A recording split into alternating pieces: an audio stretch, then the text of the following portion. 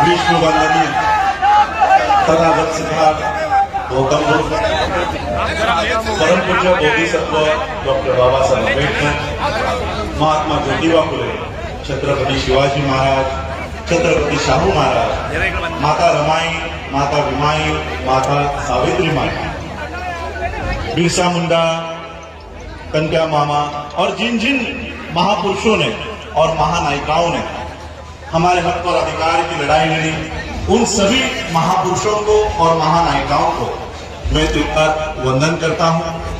आज के इस कार्यक्रम के सभी आयोजक रामेश्वर भड़ोले जी, नितेश आड़तिया जी, जीतू वर्मा जी, रितेश महेश्वरी जी, ओजस निहाले जी, राजू गांगले जी, नारायण सोलंकी जी, अमित भालसे, दिलीप साठे, जितेंद्र चौहान, विष्णु गोखले, लक्ष्मी आरातिया, मुकुल बौद्ध, हमारे बुद्धिस्ट सोसाइटी ऑफ इंडिया भारतीय बौद्ध महासभा के मध्य प्रदेश अध्यक्ष मुकुल बौद्ध जी, डॉक्टर शोभा सुद्रास जी, डीएल नगराले जी, डॉक्टर शीला दानिये मैडम, मोहन राव वाकोले जी, सुनील वाघ, आनंद वाघ और सभी यहाँ पर उपस्थित मेरे भाइयों को, मेरे माताओं को जय भीम, नमो बुद्धाय। आज माता रमाई के जयंती के उपलक्ष्य में हम लोग यहाँ पर डॉक्टर बाबा साहब आंबेडकर जी के प्रतिमा का अनावरण करने के लिए यहाँ पर उपस्थित हुए। लेकिन 2 दिन पहले ही मुझे खबर आई कि आज यहाँ पर डॉक्टर बाबा साहब आंबेडकर जी के प्रतिमा का अनावरण करने की अनुमति प्रशासन ने नहीं दी है। और इसलिए जब मुझे आमंत्रित किया गया कि आपको बाबा साहब की प्रतिमा का अनावरण करना है, मैंने पूछा क्या अनुमति मिल गई है, तो इन्होंने कहा कि नहीं।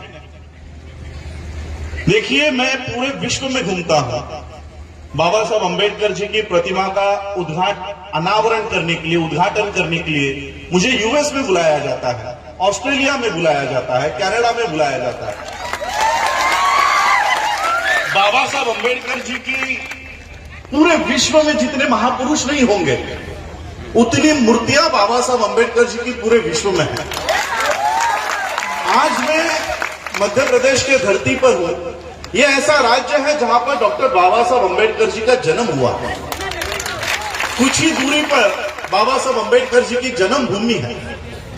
एक तरफ जापान में डॉक्टर बाबा साहब आंबेडकर जी की प्रतिमा लगाई है। यूएस में कोलंबिया यूनिवर्सिटी में है, ऑस्ट्रेलिया में है, कनाडा में है, दुबई में है। पूरे विश्व में डॉक्टर बाबा साहब आंबेडकर जी की प्रतिमा है। 4 साल पहले डॉक्टर बाबा साहब आंबेडकर जी को अभिवादन करते समय बराक ओबामा का नाम पता है आपको? US ex president Barack Obama Baba Saheb Ambedkar जी को अभिवादन करते समय कहते हैं कि अगर डॉक्टर बाबा साहब आंबेडकर हमारे देश में पैदा होते तो हम इस सूरज का नाम बदलकर उसको आंबेडकर कर देते। एक तरफ पूरा विश्व डॉक्टर बाबा साहब आंबेडकर जी को इतना मान सम्मान देता है, पूरा विश्व डॉक्टर बाबा साहब आंबेडकर जी को मान सम्मान देता है, और जिस राज्य में डॉक्टर बाबा साहब आंबेडकर जी का जन्म हुआ है, उस राज्य में बाबा साहब के मूर्ति का अनावरण की अनुमति नहीं मिलती। ये शर्म की बात है आपके कलेक्टर के लिए, आपके प्रशासन के लिए और इस मध्य प्रदेश के सीएम के लिए। ये शर्म की बात है।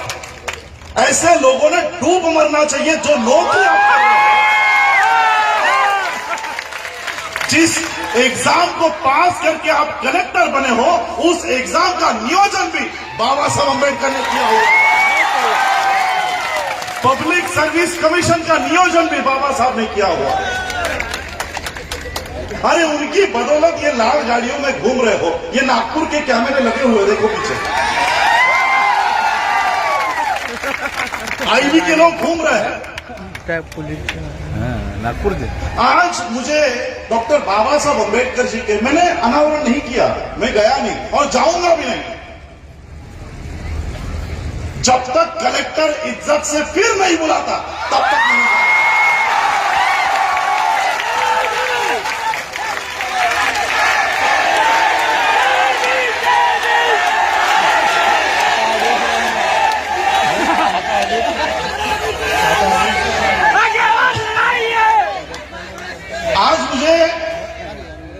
महाड़ के 14 तालाब की याद आ रही है।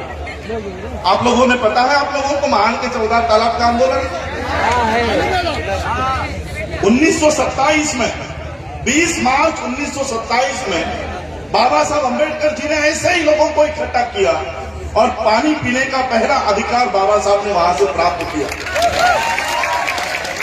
लेकिन यह अधिकार मिलने से पहले 1924 में यह रिजोल्यूशन पास किया गया था कि महाड़ का 14 तालाब आज से सभी लोगों के लिए खुला है, सभी लोगों के लिए खुला है। बाबा साहब ने देखा 1924 उलट गई, 1925 उलट गई। अच्छा ये देखो, मुझे चिट्ठी आई है कि कलेक्टर महिला है।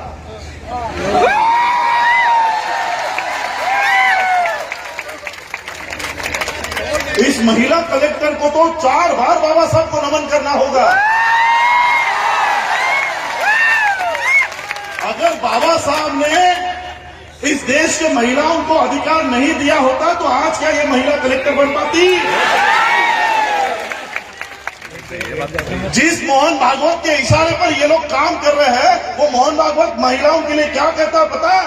क्या इस महिलाओं को चूल्हे के सामने ही बैठना चाहिए? ये मोहन भागवत के इशारे पर काम करने वाले लोग ये विचार रखते हैं महिलाओं के लिए। ये अचंभे की बात है कि कलेक्टर महिला होने के बावजूद बाबा साहब के प्रतिमा का अनावरण नहीं हुआ जाता।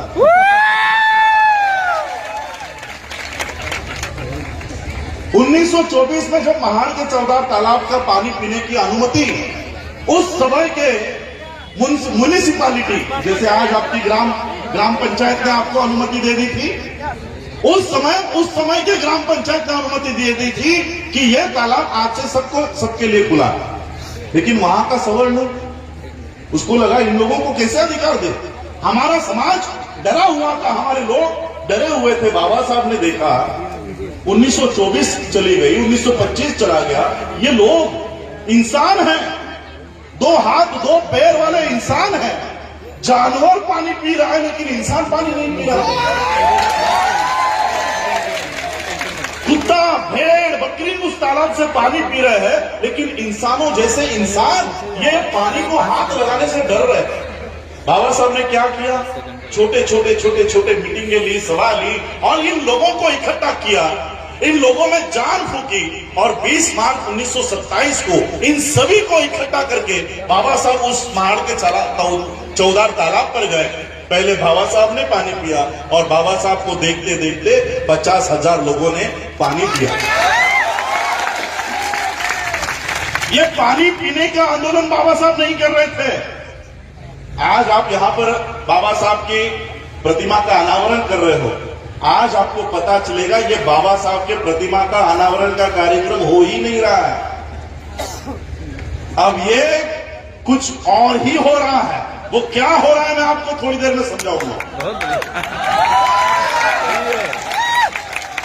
बाबा साहब ने देखा कि ये जो लोग इंसान हैं, जानवर बिना डरे पानी पी रहा है और इंसान डरा हुआ है। बाबा साहब ने पानी पीने का आंदोलन नहीं किया, मरे हुए लोगों को जिंदा करने का काम बाबा साहब ने किया। और फिर बाबा साहब ने घोषित किया कि फिर आएंगे, 25 दिसंबर 1927 को फिर आएंगे। और फिर बाबा साहब 25 दिसंबर को उस महाड़ के 14 तालाब के लिए निकले। जैसे ही वहां पर पहुंचे, पुलिस वाला बाबा साहब को मिलने के लिए आया और पुलिस वाले ने कहा, अंग्रेज पुलिस वाले ने कहा कि बाबा साहब, सवर्णों ने कोर्ट में याचिका दायर की है कि आप ये 14 तालाब का पानी नहीं पी सकते और वहां पर स्टे ऑर्डर आया, इसलिए अगर आप वहां पर जाते हो तो मुझे आपको अरेस्ट करनी होगी और बाकी सभी कार्यकर्ताओं को अरेस्ट करना होगा। बाकी सभी कार्यकर्ताओं ने कहा कि बाबा साहब, हम जेल में बैठने के लिए तैयार है, हम उस 14 तालाब पर जाएंगे। बाबा साहब सोच रहे थे कि क्या किया जाए, क्या किया जाए। अंग्रेज अधिकारी कह रहा था कि बाबा साहब, हम आपके अधिकार के खिलाफ नहीं हैं, बल्कि हमने ही तो आपको अधिकार दिया था। लेकिन यहां के सवर्णों ने आपके खिलाफ कोर्ट में याचिका की है और आपको रोक लगाई। बाबा साहब ने सोचा कि ये जो सवर्ण है, ये सवर्ण क्यों हमें पानी पीने नहीं दे रहा? क्योंकि उसके धर्म ग्रंथ में लिखा हुआ, और उसका धर्म ग्रंथ कौन सा है? मनुस्मृति। मनुस्मृति में लिखा हुआ है। जब बाबा साहब को पता चला कि इस मनुस्मृति के कानून के अनुसार हमको पानी पीने के लिए जाने से मनाही किया जा रहा है, तब बाबा साहब महाड़ के 14 तालाब पर नहीं गए, बल्कि उस मनुस्मृति को बाबा साहब ने जला दिया कि इस मनुस्मृति के लिए आप हमको पानी पीने नहीं दे रहे हो, इस मनुस्मृति के लिखे हुए कानून के लिए आप हमको महाड़ के 14 तालाब पर जाने के लिए नहीं दे रहे हो। बाबा साहब ने 25 दिसंबर 1927 को जो मनुस्मृति जलाई है, आज 2021 तक वो अपना सर भी ऊपर उठा नहीं पा रही है। अब यही प्रसंग 2021 में थोड़ा सा ज्वाइन करके देखो। आपका ग्राम पंचायत आपको बाबा साहब के मूर्ति का अनावरण करने की परमिशन देती है कि नहीं देती है? लेकिन आपका कलेक्टर, आपका प्रशासन कहता है कि नहीं देंगे। अब मुझे बताओ, आप इंसान हो? अगर आप किसी कुत्ते को पत्थर मारते हो तो वो कुत्ता पत्थर को काटेगा या मारने वाले को काटेगा? तो ये जो कलेक्टर है, ये पत्थर है।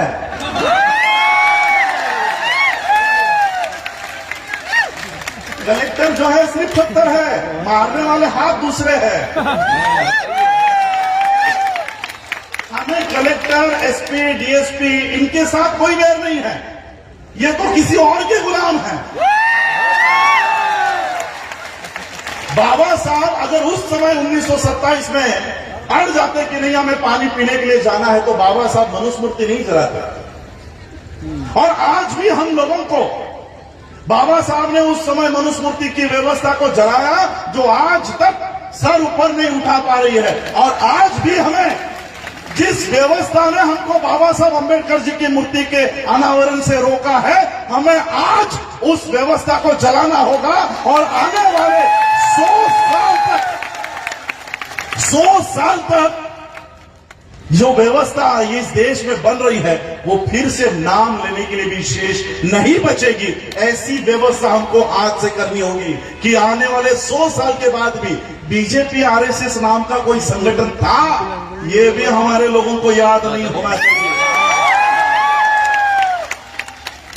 देखिए आज की व्यवस्था में, देखिए आज यहां पर मेनगांव पिपराटा में आप बाबा साहब के मूर्ति का अनावरण कर रहे हैं। कलेक्टर ने आपको यहां से रोका, प्रशासन ने आपको यहां पर अनावरण करने से रोका। लेकिन मैं आप लोगों को कहना चाहता हूं, बाबा साहब अंबेडकर जी की मूर्ति का अनावरण यहां पर करने से अच्छा है एक एक अंबेडकर अपने घर में तैयार करो, एक एक अंबेडकर अपने घर में तैयार करो। मैं आज यहां से ऑफिशियल स्टेटमेंट करता हूं, आपके मेनगांव पिपराटा में से मुझे एक बच्चा डोनेट करो, उसको आईएएस बनाने की जिम्मेदारी, उसका खर्चा मैं उठाऊंगा, उसको कलेक्टर बनाने का सारा खर्चा मेरा होगा। इस तरह से हमको बाबा साहब अंबेडकर जी के मिशन के लिए काम करना है। आज जो व्यवस्था इस देश में बनी है, देखिए मैं तो आपके प्रशासन को भी बताना चाहता हूं, सीए के लिए जो कानून जब बना था, साल भर से मुस्लिम लोग शाहीन बाग में बैठे हुए थे। कोविड की वजह से फिर उनको जाना पड़ा। अब पिछले 2 महीने से किसान बैठे हुए हैं। 1 साल से मुस्लिम रास्तों के ऊपर है, 2 महीने से 3 महीने से किसान रास्तों के ऊपर है। हम लोग अगर रास्तों के ऊपर बैठना शुरू कर दे तो हमको 6 महीने, 3 महीने, 1 साल नहीं लगेगा। 31 दिसंबर 1817 से लेकर 1 जनवरी 1818 1 दिन लगेगा, सिर्फ 1 दिन। 1 दिन हमारा इतिहास है भीमा कोरेगांव का। हम लोग अगर रास्तों के ऊपर हम परिवर्तन कर सकते हैं, इस व्यवस्था को उलट कर सकते हैं। लेकिन मैं आप लोगों को बताना चाहूंगा, सभी हम प्रशासन के ऊपर छोड़कर नहीं चलेगा, सारा दोष प्रशासन के ऊपर छोड़कर नहीं चलेगा। इनको लाया भी तो हमने, इनको लाया भी तो हमने। जो अधिकार बाबा साहब ने हमको दिए हैं, क्या वो अधिकार हम सुरक्षित रख पाए? क्या वो अधिकारों की रक्षा हम कर पाए? क्या बाबा साहब, किस संघर्ष में बाबा साहब ने हमको अधिकार प्राप्त करके दिए हैं, क्या उसकी जानकारी हम लोगों को है? गाड़ी में पड़ा है। आज ऐसे लोग हमारे सीएम बन जाते हैं, पीएम बन जाते हैं, ये किनके वोटों की वजह से? बाबा साहब अम्बेडकर जी जब भारत में आए पढ़ाई करने के बाद, गाड़ी पता निकाला, तब उस समय अंग्रेजों के शासन में एक नया कानून, एक नया संविधान बनाने की प्रक्रिया चल रही थी। गवर्नमेंट ऑफ इंडिया एक्ट 1935 का निर्माण हो रहा था, और उस कानून में, उस संविधान में इस देश के लोगों को क्या क्या अधिकार मिलने चाहिए, इसकी सारी जानकारी इकट्ठा की जा रही थी। South bureau committee, Simon commission Bharat में आ रहे थे, सभी लोगों से मुलाकात कर रहे थे, इंटरव्यू ले रहे थे, उनके मत जान रहे थे। और ऐसे ही 1917-1919 में south bureau committee, Simon commission Bharat में आया, और उन्होंने इस देश में वोट का अधिकार किन किन लोगों को देना चाहिए, इसके लिए मुलाकात उन्होंने शुरू कर दी। इस मुलाकात के लिए उन्होंने गांधी को बुलाया, तिलक को बुलाया, नेहरू को बुलाया। गांधी का, तिलक का कहना था कि इस देश में वोट देने का जो अधिकार है, ये वोट देने का अधिकार सिर्फ 3 वर्गों को मिलना चाहिए, सिर्फ 3 वर्गों को। अंग्रेजों ने पूछा कौन से 3 वर्ग? गांधी जी ने कहा कि जो लोग पढ़े लिखे हैं, कम से कम 8वीं पास होने का सबूत दिखा सकते हैं, ऐसे ही लोगों को वोट देने का अधिकार इस देश में होना चाहिए। दूसरा वर्ग, जो लोग इनकम टैक्स भरते हैं, प्रॉपर्टी टैक्स भरते हैं, ऐसे ही लोगों को वोट देने का अधिकार इस देश में होना चाहिए। और तीसरा वर्ग, इस देश के राजा, महाराजा और संस्थानिक, इन लोगों को वोट देने का अधिकार होना चाहिए। अब बाबा साहब को इस बात का पता चला कि गांधी जी ने इस तरह की मांग अंग्रेजों के सामने रखी। बाबा साहब अम्बेडकर जी ने साउथ ब्यूरो कमेटी को, साइमन कमीशन को मुलाकात देकर कहा कि गांधी जी के निकषों के अनुसार, उनके इच्छा के अनुसार अगर आप इस देश में वोट देने का अधिकार लागू करोगे तो हमारे लोगों को वोट देने का अधिकार ही नहीं मिलेगा। अंग्रेजों ने पूछा कैसे नहीं मिलेगा, हमें बताओ। बाबा साहब ने कहा मनुस्मृति के कानून के अनुसार हम लोगों को पढ़ाई लिखाई करने का अधिकार ही नहीं है। अगर पढ़ाई लिखाई करने का अधिकार ही नहीं हो तो 8वीं पास होने का सबूत कहां से लाएंगे? मनुस्मृति के अनुसार हम लोगों को पैसा इकट्ठा करने का अधिकार नहीं है, नौकरी करने का अधिकार नहीं है, व्यवसाय, बिजनेस करने का अधिकार नहीं है। अगर हम लोगों के पास पैसे ही नहीं हो तो टैक्स किसके ऊपर भरेंगे? टैक्स की रिसीट कहां से लाएंगे? और राजा महाराजा तो हम लोग को है ही नहीं, तो हमको तो वोट का अधिकार ही नहीं मिलेगा। तो अंग्रेजों ने बाबा साहब से पूछा, तो बाबा साहब, आपके लोगों को अगर वोट देने का अधिकार देना है तो हमें क्या करना होगा? बाबा साहब ने कहा, एक तो हम आपको 8वीं पास होने का सबूत नहीं दिखा सकते, इनकम टैक्स की, प्रॉपर्टी टैक्स की रिसीट नहीं दिखा सकते, लेकिन एक बात जरूर आपको साबित करके देंगे। अंग्रेजों ने कहा कौन सी? बाबा साहब ने कहा हम इस देश में पैदा हुए हैं, हर साल हमारी उम्र बढ़ती है, और इसलिए अगर आपको इस देश में वोट देने का अधिकार देना है तो हमारे उम्र के आधार पर दीजिए, हमारी उम्र के आधार पर दीजिए। बाबा साहब अम्बेडकर जी के इस बात को मानते हुए अंग्रेजों ने एडल्ट फ्रेंचाइज नाम का कानून तैयार किया। आज भी ये एडल्ट फ्रेंचाइज इस देश में लागू है। उस समय अंग्रेजों ने 21 साल के हर स्त्री को और हर पुरुष को वोट देने का अधिकार दे दिया। ये डॉक्टर बाबा साहब अम्बेडकर जी की वजह से हम लोगों को, सभी भारत के लोगों को वोट देने का अधिकार प्राप्त हुआ। लेकिन क्या ये अधिकार हम लोग सुरक्षित रख पाए? अभी तो चलो जैसे हम कहते हैं कि तोते की वो जो राक्षस की जान तोते में होती है, वैसे मोदी जी की जान ईवीएम में है।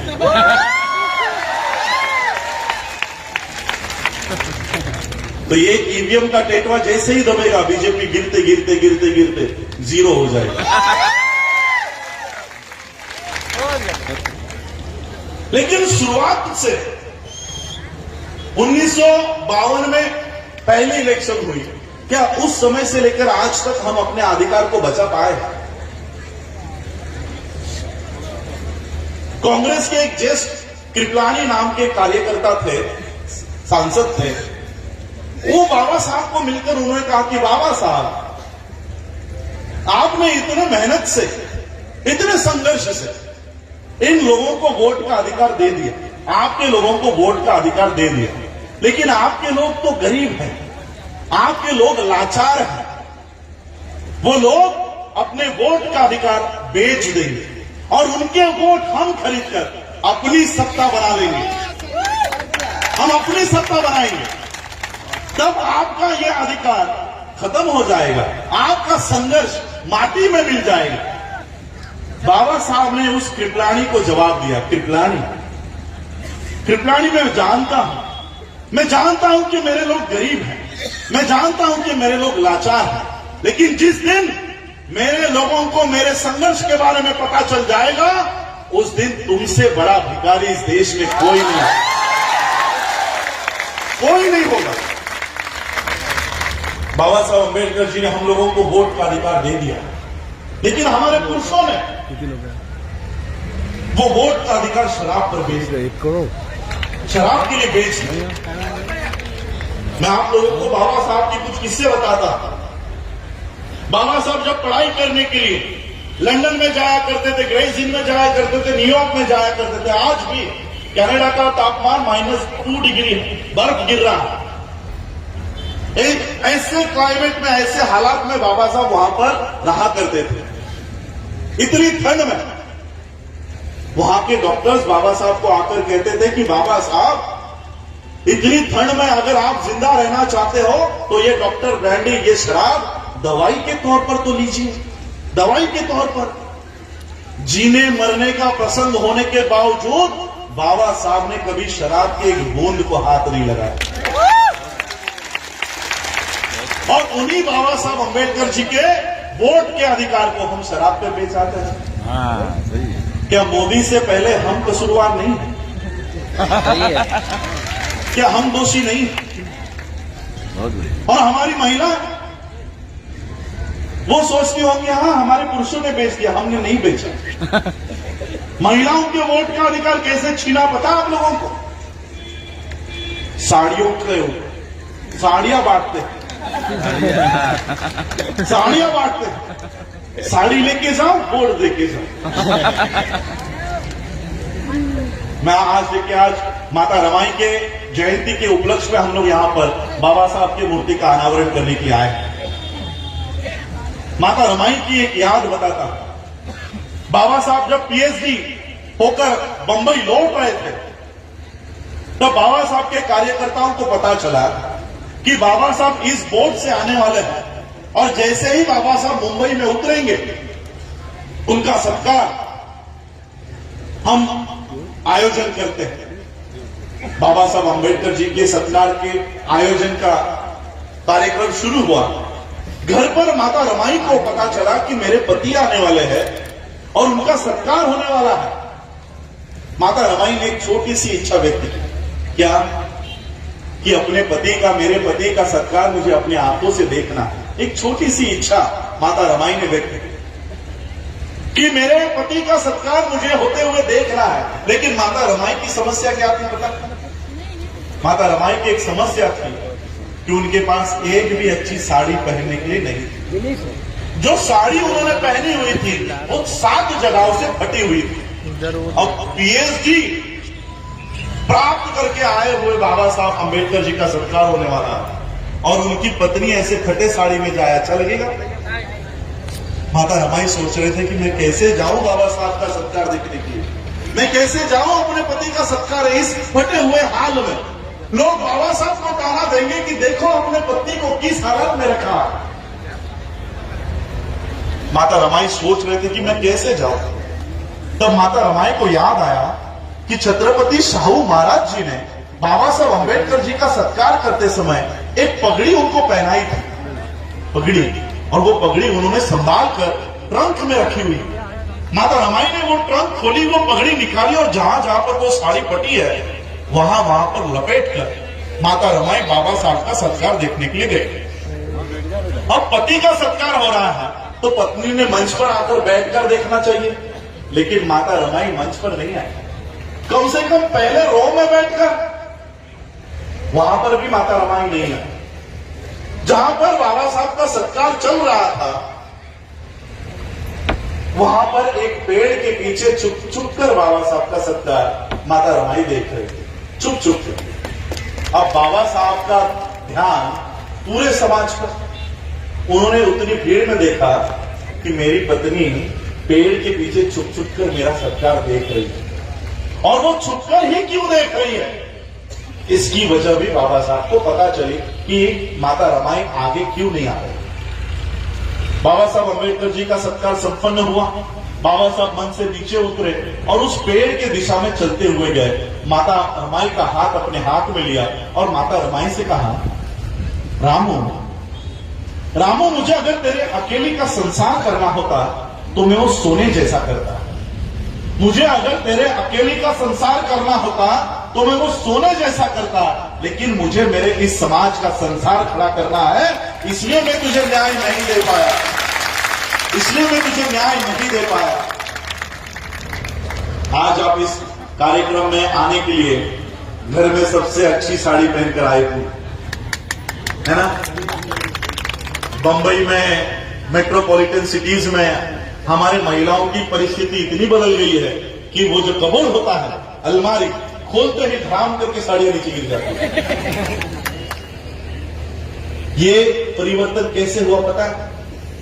माता रमाई अगर उस समय फटी हुई साड़ियां नहीं पहनती तो आज भी आपके शरीर पर अच्छी साड़ियां नहीं आती। ये माता रमाई का त्याग है, ये माता रमाई का बलिदान है।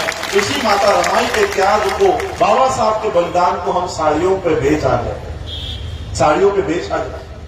और हमारा युवा 100 रुपए के लिए, 200 रुपए के लिए, 500 रुपए के लिए चाहे जिस पार्टी का झंडा अपने गाड़ी पे लगाता है, घूमता रहता है। आज कांग्रेस का झंडा, कल बीजेपी का झंडा। 100-200 रुपए के लिए हमारे लोग किसी और का झंडा हाथ में लेकर उसका प्रचार करते रहते। सोचिए, अगर पैसे कमाने के लिए अगर बाबा साहब अंबेडकर सोचते कि अभी मेरी बैरिस्ट्री हो गई है, मेरी पीएचडी हो गई है, अब मुझे मेरे परिवार के लिए पैसे कमाने हैं, अगर बाबा साहब उस समय नौकरी या व्यवसाय करते, बिजनेस करते, हर साल इस देश में अमीरों की सूची बनाई जाती है कि इस देश का सबसे अमीर कौन।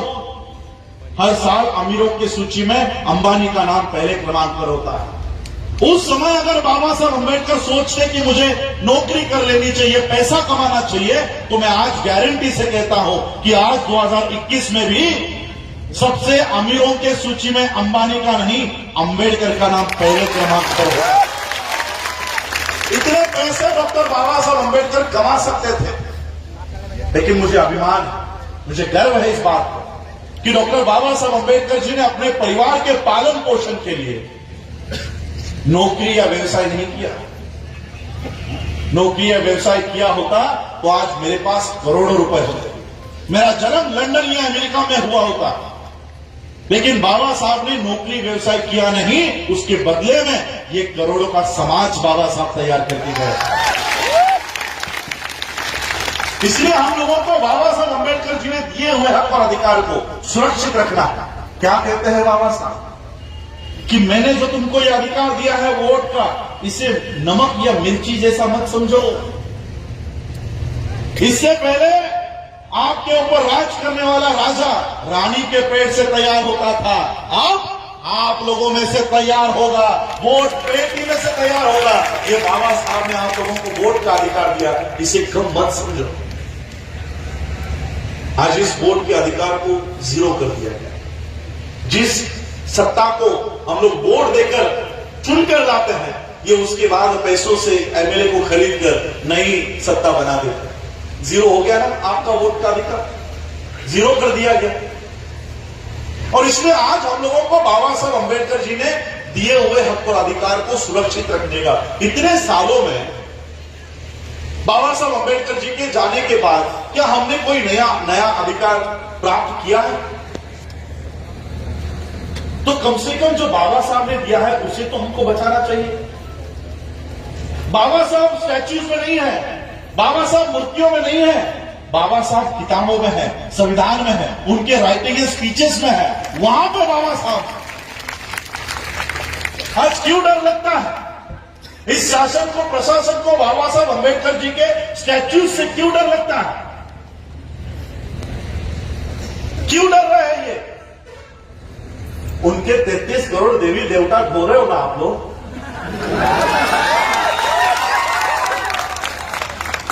उनके 33 करोड़ देवी देवता आप लोग ढो सकते हो, क्या एक बाबा साहब की मूर्ति इनको हजम नहीं होती?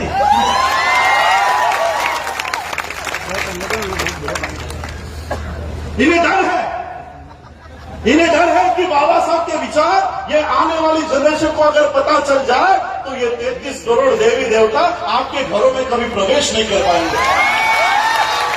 इन्हें डर लगता है इस बात का।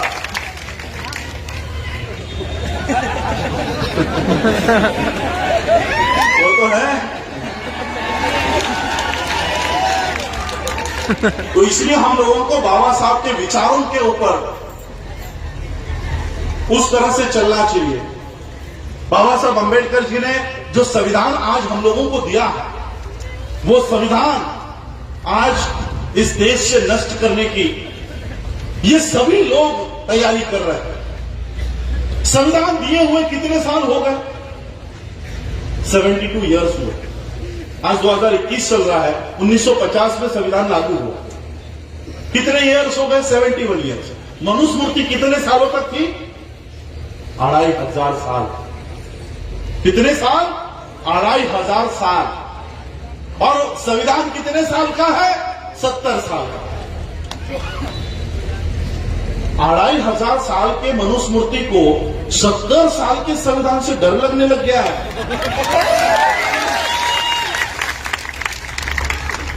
1950 में जब संविधान लागू हुआ, अगर समझो उस समय हमारा एक बच्चा पैदा हुआ है तो आज वो कितने साल का होगा?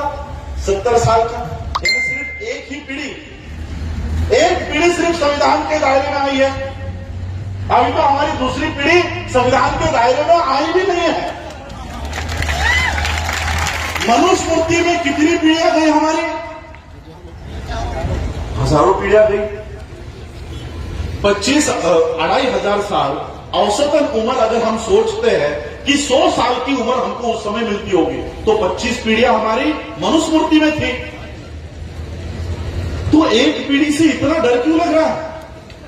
रिजर्वेशन बंद कर दो, एयरपोर्ट बेच दो, रेलवे बेच दो, बीपीसीएल बेच दो। आपको लगता होगा प्राइवेटाइजेशन चल रहा है। नहीं, ये प्राइवेटाइजेशन नहीं है, ये संविधान को उस क्षेत्र से हटाने का काम चल रहा है। अगर बीपीसीएल पब्लिक सेक्टर है तो संविधान वहां पर लागू है। अगर बीपीसीएल बेच दिया अडानी अंबानी को, क्या उस पर संविधान लागू होगा? रेलवे आज भारत सरकार का उपक्रम है तो संविधान उसके ऊपर लागू है। अगर रेलवे अडानी को बेच दिया, क्या संविधान उस पर लागू होगा?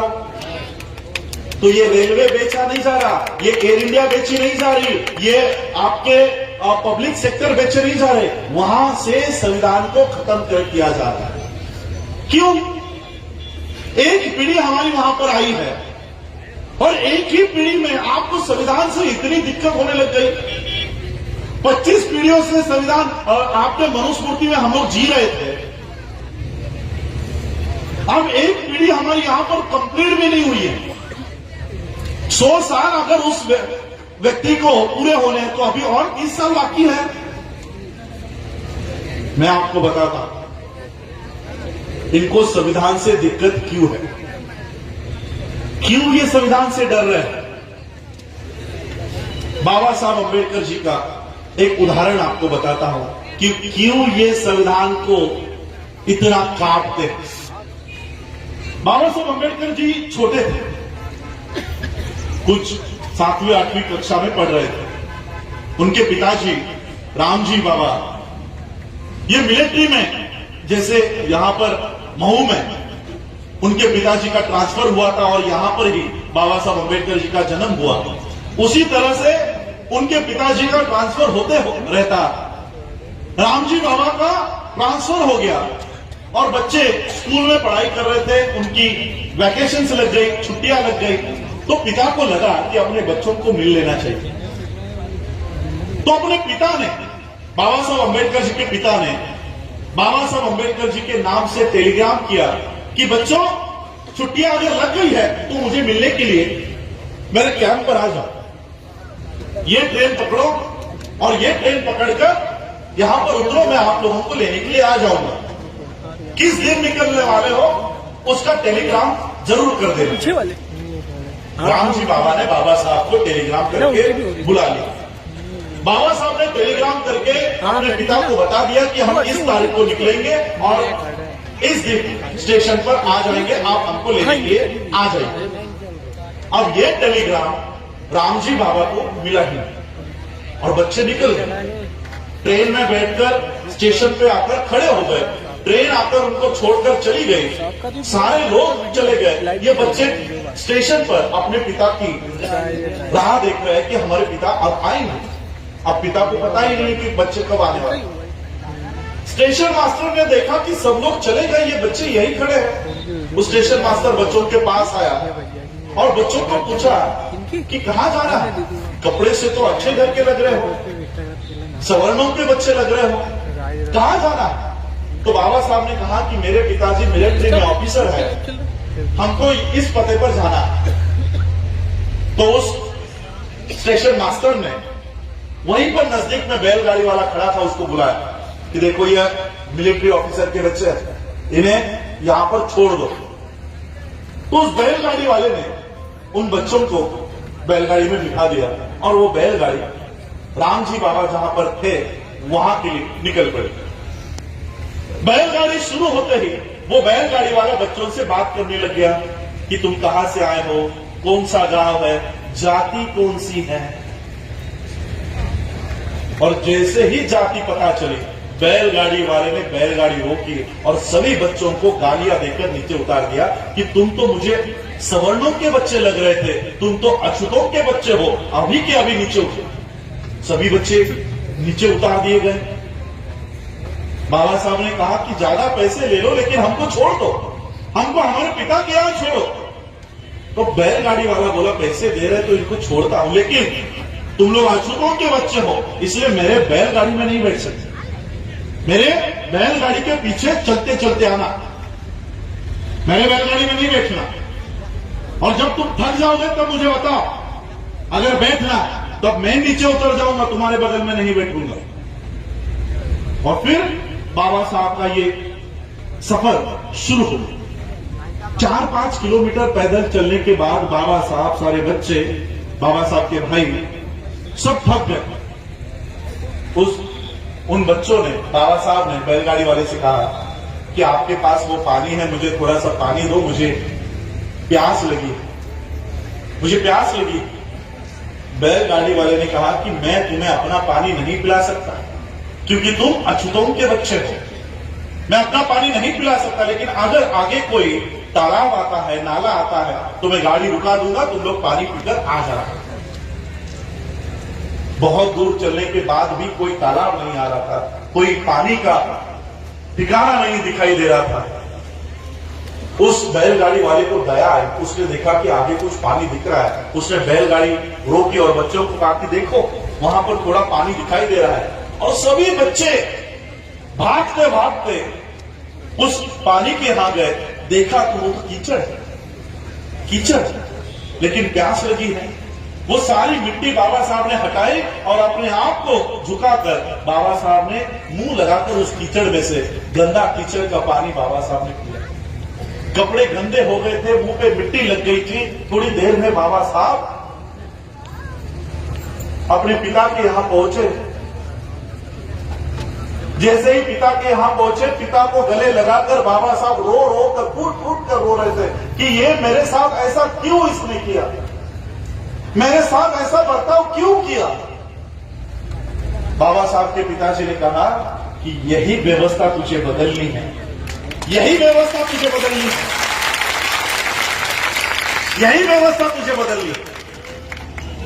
और फिर उसी बच्चे ने बड़े होने के बाद इस देश को ऐसा संविधान निर्माण करके दिया जो सिर्फ इस देश का ही नहीं, पूरे विश्व का सर्वोत्कृष्ट संविधान माना गया। ऐसा संविधान बाबा साहब अम्बेडकर जी ने इस देश को दिया।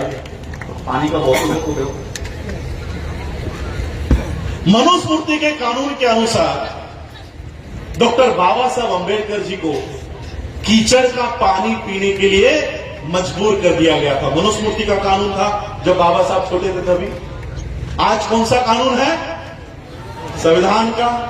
मनुस्मृति के कानून में कीचड़ का पानी बाबा साहब पीते थे, संविधान के कानून में बिस्लरी का पानी हम पीते हैं। कितना बड़ा बदलाव है, कितना बड़ा। और कितने सालों में? 70 सालों में। 70 सालों में मनुस्मृति के कानून में बाबा साहब को बैलगाड़ी में बैठने नहीं दिया जाता था, संविधान के कानून में हम हवाई जहाज उड़ाते हैं। 70 साल में। मैं थोड़ा सा बंबई से हूं इसलिए मेरी भाषा थोड़ी खराब है, इसलिए उस भाषा का प्रयोग करता हूं, माता बहनें मुझे माफ करें। ये 70 साल के संविधान से 2500 सालों की मनुस्मृति की फट रही है, फट गई है इनकी कि और 5 साल अगर रहा, और अगर 5 साल इस देश में संविधान रहा तो ये लोग तो पीएम बन जाएंगे, ये लोग हम पे राज करेंगे। और इसलिए ये सभी माध्यम से, चाहे वो प्रशासन हो, न्यायपालिका हो, संसद हो या मीडिया हो, सभी माध्यम से संविधान को खत्म करने पे तुले हुए हैं, सभी माध्यम से। और इसलिए मैं आप लोगों को यही बताना चाह रहा हूं कि बाबा साहब ने पहचाना कि हमारा संघर्ष पुलिस से नहीं है, हमारा संघर्ष प्रशासन से नहीं है, हमारा संघर्ष मनुस्मृति के कानून के व्यवस्था से है। और इसलिए बाबा साहब ने उस व्यवस्था को उल्टा किया। बाबा साहब ने उस व्यवस्था को, आप संविधान घर पे जाके पढ़िए, आर्टिकल 13 पढ़िए, संविधान की किताब है आपके पास, गूगल कर लीजिए, डाउनलोड कर लीजिए। आर्टिकल 13 में क्या लिखते हैं पता है बाबा साहब? बाबा साहब लिखते हैं कि आज से यानी 26 नवंबर 1949 और 26 जनवरी 1950 की आज से इस देश में जितने भी कानून हैं, जितनी भी मनुस्मृति है, वो आज से मैं शून्य घोषित करता हूं। एक लाइन में बाबा साहब अम्बेडकर जी ने इस मनुस्मृति की व्यवस्था को हमेशा के लिए खत्म कर दिया।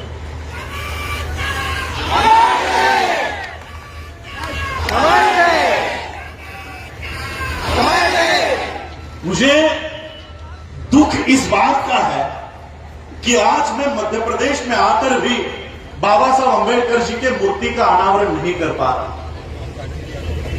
और हम इनके सूचना का पालन करेंगे, कलेक्टर के, एसपी के, प्रशासन के सूचना का पालन करेंगे। उन्होंने कहा ना नहीं करने देंगे, नहीं करेंगे। मैं आप लोगों को बताना चाहता हूं कि जिस धरती पर, जिस राज्य में बाबा साहब का जन्म हुआ, उन बाबा साहब आपके अनुमति की मोहताज नहीं है। आप अगर यहां पर बाबा साहब की प्रतिमा का अनावरण करने नहीं दे रहे हो तो क्या बाबा साहब अम्बेडकर जी की प्रतिमा या बाबा साहब अम्बेडकर जी की आइडेंटिटी कम होने वाली है? बिल्कुल नहीं। मैं आपको मेरे साथ हुआ किस्सा बताता हूं। मैं संयुक्त राष्ट्र के मीटिंग के लिए, यूनाइटेड नेशन के मीटिंग के लिए, जब मैं मेरे ख्याल से जापान में था, जापान या वियतनाम में था, 125 देश के प्रतिनिधि वहां पर थे। खुद इस देश के उपराष्ट्रपति वेंकैया नायडू भी वहां पर थे। हम लोग 25 से 30 हजार लोग 5 दिन के लिए वो कॉन्फ्रेंस चल रही थी। तो हम क्या करते थे, अलग अलग देश के लोगों से जान पहचान करते थे। ऑस्ट्रेलिया के लोगों से, जापान के लोगों से, चाइना के लोगों से, अलग अलग देश के लोगों से मिलते थे, बातें करते थे। और वो अलग अलग देश के लोग भी सभी देश के लोगों के साथ पहचान कर रहे थे। लंच ब्रेक में जब हम लोग घूम रहे थे तो चाइना के लोग हमारे सामने आए। चाइना के कुछ भरते जी, चाइना के कुछ डेलीगेट्स, और उन्होंने हमको सवाल किया कि आप लोग कौन से देश से हो, विच कंट्री। तो हमने उनको जवाब दिया, इंडिया, भारत से हम लोग। क्या कहा पता है चाइना के लोगों ने? ये 2 साल पहले की बात है। चाइना के लोग उस समय उन्होंने हमको जवाब दिया, ओ अम्बेडकर से लिया। आज भी इस देश की पहचान मोदी का या गांधी का भारत के नाम से नहीं होती, अम्बेडकर के भारत के नाम से। चाइना में डॉक्टर बाबा साहब अम्बेडकर जी का वेटिंग फॉर वीजा वहां पर स्कूलों में पढ़ाया जाता है। मेरे फेसबुक पेज पे कभी आप विजिट करो, मेरे ख्याल से फरवरी 2019 और 2020 के तारीख में अगर पीछे जाते हो तो ऑस्ट्रेलिया का एक लाइव वीडियो मैंने किया है। ऑस्ट्रेलिया का कोर्ट, न्यायालय, आम आदमी का नहीं, जहां पर जजेस को पढ़ाया जाता है, जज को पढ़ाया जाता है, उन जजेस की ट्रेनिंग बाबा साहब के प्रतिमा के सामने होती है। जाकर देखो मेरे फेसबुक पेज पे, मूट कोर्ट में बाबा साहब की प्रतिमा वहां पर लगाई रखी है और सभी जज बाबा साहब को सामने रखकर पढ़ाई करते हैं। इस पिपराटा के या इस मेन गांव के कलेक्टर के परमिशन की जरूरत नहीं है बाबा साहब के आइडेंटिटी के लिए। बाबा साहब के वजह से आपकी आइडेंटिटी है। और इसलिए मैं आप लोगों से कहना चाहूंगा, ये आपको बाबा साहब की मूर्ति बनाने नहीं देते, ये आपको बाबा साहब की मूर्ति लगाने नहीं देते। घर घर में अंबेडकर पैदा करो, घर घर में अंबेडकर निर्माण करो। यही बाबा साहब को सही आदरांजलि होगी, सही अभिवादन होगा। और जिस किसी बच्चे को परीक्षा में या पढ़ाई में दिक्कत होती है, फाइनेंशियल कुछ अड़चन आती है, वो हम उठाने को तैयार है, वो हम आगे लेकर जाने के लिए उस बच्चे को तैयार है। और इसलिए मैं आज यहां पर आप लोगों के, मैं बाबा साहब अम्बेडकर जी के प्रतिमा का हम लोग वहां पर नमन करेंगे, उनको अभिवादन करेंगे। आप लोगों के जज्बे को मैं सलाम करता हूं। मुझे कई फोन आए यहाँ नहीं आने के लिए कि आप मत आओ, प्रोग्राम कैंसिल हो गया है, प्रोग्राम को परमिशन नहीं है। मैंने कहा ठीक है, मूर्ति के आने वाले को परमिशन नहीं है, हम सभा को संबोधित करेंगे, हम सभा में जाएंगे, हम सभा में जाएंगे। और इसलिए मैंने आपको 2 दिन पहले का एक वीडियो देखा 27 सेकंड का। यहां की महिलाएं आगे आकर इस पुलिस प्रशासन को भगा रही थी, पुलिस प्रशासन को भगा रही थी। मैं मोदी जी से कहना चाहूंगा कि मोदी जी, आपको तो हम नहीं, हमारी महिलाएं काफी है, हमारी महिलाएं काफी है।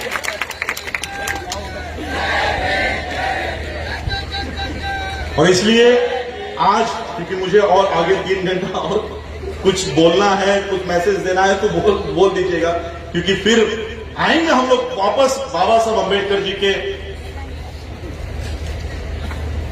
अच्छा, ये तो बहुत लंबे चलेंगे टॉपिक्स, ये मुझे बहुत देर हो जाएगी इसमें।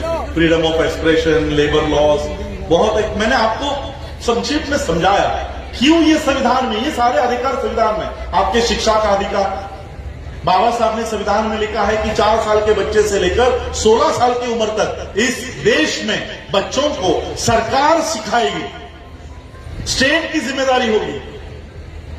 आर्टिकल खत्म कर दिया। अब जिम्मेदारी किनके ऊपर डाल दी है?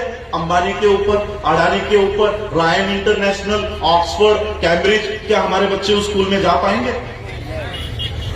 तो इस तरह से लेबर लॉ हो, फ्रीडम ऑफ एक्सप्रेशन हो, ये सारे धीरे धीरे धीरे धीरे खत्म किए जा रहे हैं। इसलिए मैंने कहा कि शाहीन बाग के लोग 6 महीने 9 महीने रास्तों के ऊपर बैठे हैं, फार्मर्स किसान 3 महीने से बैठे हैं। हमको एक दिन नहीं लगेगा, हमको एक भी दिन नहीं लगेगा।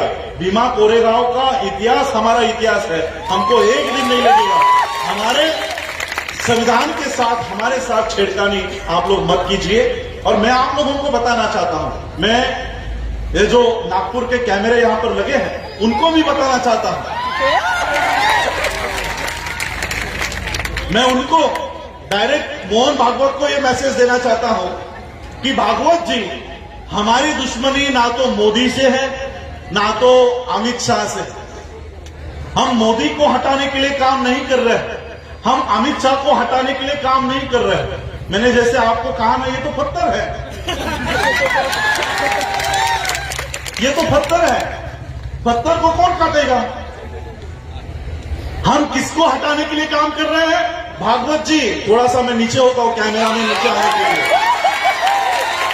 भागवत जी, मैं आपको बताना चाहता हूं, मोहन भागवत, कान खोलकर सुन ले, हम मोदी को या अमित शाह को हटाने के लिए काम नहीं कर रहे, बल्कि मोदी और अमित शाह जिस फैक्ट्री में तैयार होते हैं उस फैक्ट्री को हटाने का काम है। उस फैक्ट्री को, और मेरे पास सबूत है कि आरएसएस ये आतंकी संगठन है, टेररिस्ट ऑर्गेनाइजेशन।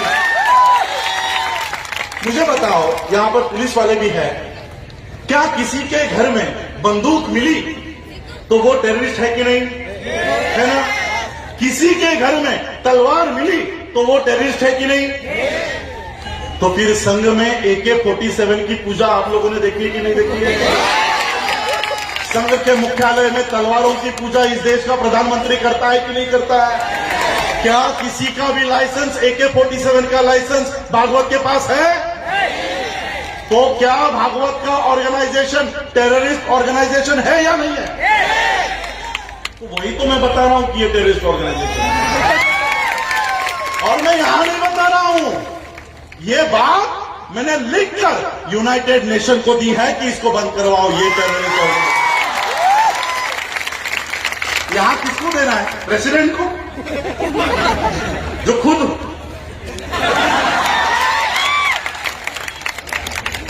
खुद लोगों के पैर पड़ रहा है, उसके पास देना है। इसलिए ये सारी बातें, मैं तो चाहता हूं कि पुलिस वाले मुझे अरेस्ट करें, मैं तो चाहता हूं कि आप अरेस्ट करो। मैं सिर्फ बाबा साहब का परपोता नहीं हूं, वर्ल्ड फेलोशिप ऑफ बुद्धिस्ट का सेक्रेटरी भी हूं, 125 देशों का सेक्रेटरी हूं।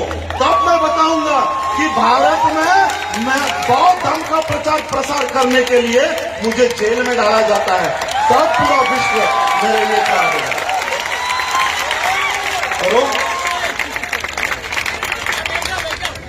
ये सिर्फ मीडिया के ऊपर, जी न्यूज के ऊपर, इंडिया टुडे के ऊपर मेरे लिए लिख देते हैं कि ये पाकिस्तानी है, ये दाऊद इसको फंड करता है, पाकिस्तान पैसे देता है। सिर्फ इतना लिखते हो, इतना न्यूज चलाते हो। और बीजेपी के एक एमपी ने अमित शाह को मेरे नाम से लेटर लिख दिया कि इसको अरेस्ट करो। मैं बोल रहा हूं करो, ताकि वर्ल्ड के सारे ऑर्गेनाइजेशंस मेरे लिए फाइट वहां से करेंगे।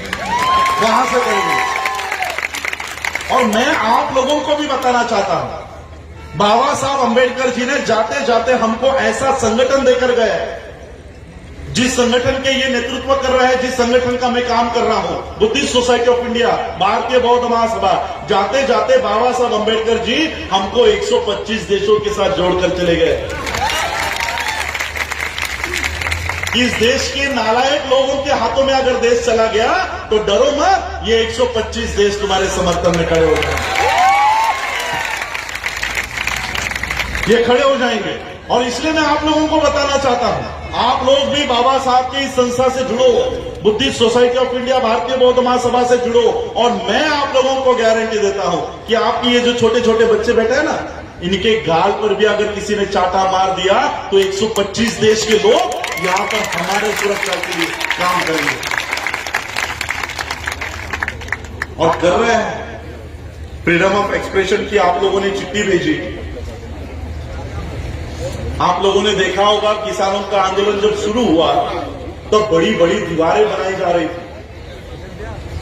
यूपी से आने वाले, हरियाणा से आने वाले किसान वहां पर ना पहुंचे, इसलिए बड़े बड़े गड्ढे किए जा रहे थे, दीवारें लगाई जा रही थी।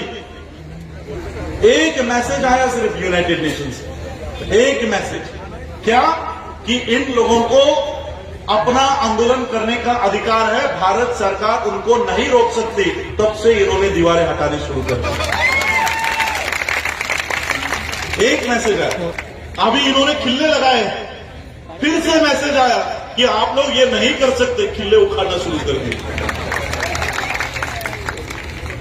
भारत के बाहर हमारे सुरक्षा के लिए एक बहुत बड़ा ऑर्गेनाइजेशन काम करता है, यूनाइटेड नेशंस काम करता है, ह्यूमन राइट्स कमीशन काम करता है, USAIRF काम करता है। हम लोगों को पता है कि कौन से संगठन हैं जो हमारा आवाज भारत के बाहर से हमारे लिए खड़ा करते हैं। वहां तक जाने का काम भी मैं कर रहा हूं, यूनाइटेड नेशंस में हमारी बातों को रखने का काम कर रहा हूं, ईवीएम के खिलाफ वहां पर पिटीशन डालने का काम हम लोग कर रहे हैं। और इसलिए इस मूवमेंट से भी आप लोग जुड़िए। और यही मैं कहना चाहता हूं, और मैं आप लोगों को जाते जाते एक ही बात बताना चाहता हूं।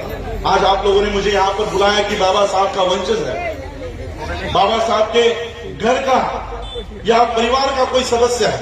मैं आप लोगों को बताना चाहता हूं, जब बाबा साहब के 4 बच्चे मरे तब बाबा साहब अपने बच्चों को बचाने का काम नहीं कर रहे थे। आपके बच्चे नहीं मरने चाहिए, इसलिए बाबा साहब काम कर रहे थे। इसलिए मैं जो यहां पर खड़ा हूं, ये बाबा साहब का वंशज नहीं है। ये जो मेरे यहां पर खड़े हैं, ये बाबा साहब के सही वारिस है। ये जो मेरे यहां बैठा है, ये बाबा साहब का खून है। और इसलिए हम लोगों को इकट्ठा होकर बाबा साहब ने जो हक और अधिकार हम लोगों को दिए हैं, उसको बचाने का काम हम लोगों को करना चाहिए। बाबा साहब को यही सच्ची आदरांजलि होगी, यही सच्चा अभिवादन होगा। और मैं फिर से आप लोगों के मेलगांव पिपराटा के लोगों को दिल से सलाम करता हूं कि बाबा साहब के सिर्फ एक मूर्ति के लिए, एक प्रतिमा के लिए अगर आप इतना झट सकते हो, लड़ सकते हो, तो बाबा साहब के अधिकारों को बचाने के लिए भी आप लोगों को इसी तरह से आगे आना होगा। यही आज बात मैं यहाँ रखता हूँ। और सभी जो आयोजक है, सभी आयोजकों का मैं आभार व्यक्त करता हूँ और यही रुकता हूँ। जय भीम, जय भारत, जय बुद्ध।